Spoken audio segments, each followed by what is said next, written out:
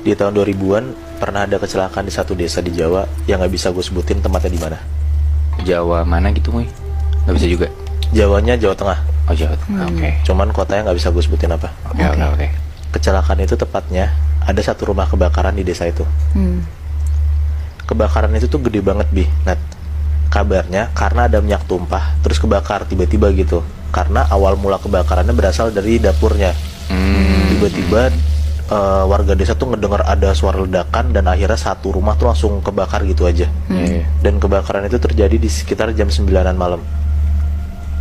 Warga-warga di sana tuh bener-bener kayak langsung ngebantuin si korbannya, Bi. Nah, karena lu bayangin kalau misalnya ada satu desa terus ada salah satu warga tuh yang butuh bantuan, pasti orang-orang desa tuh gercep kan buat ngebantuin kan. Iya, benar. Nah, semua orang desa sana bener-bener ngebantuin si korban ini. Iya, orang desa masih kayak ya saling bantu gitu kan. Iya, benar. Nah, akhirnya mereka tuh bisa nyelamatin lah pemilik rumahnya. Ada ibu-ibu dan ada anak cewek umurnya sekitar 12 tahunan. Setelah mereka berdua diselamatin, ada salah satu warga desa, cewek ya, kita sebut aja namanya Maya, teriak kayak gini ke warga desa ini. Aku lihat masih ada satu orang, Mas, dalam sana, tolong bantuin gitu. Nah, dia tuh ngomong kayak gitu karena dia bisa ngeliat dengan jelas banget dari jendela luar gitu. Kan dia di luar kan.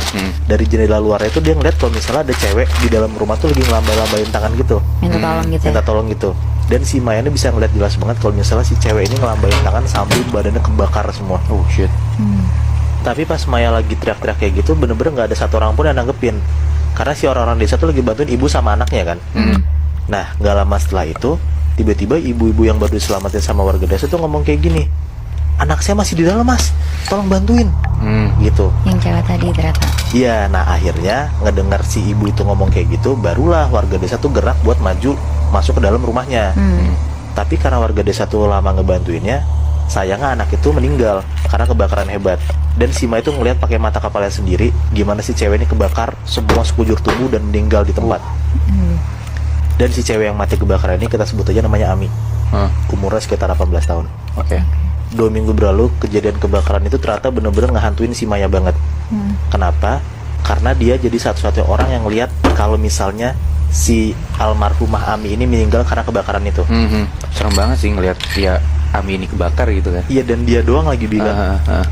Nah, dia tuh masih kebayang banget sama kejadian itu kan.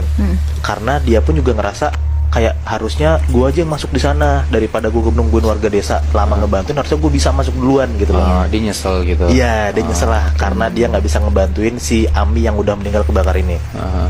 Tapi perasaan itu dia pendam sendiri, nggak pernah diomong ke siapapun termasuk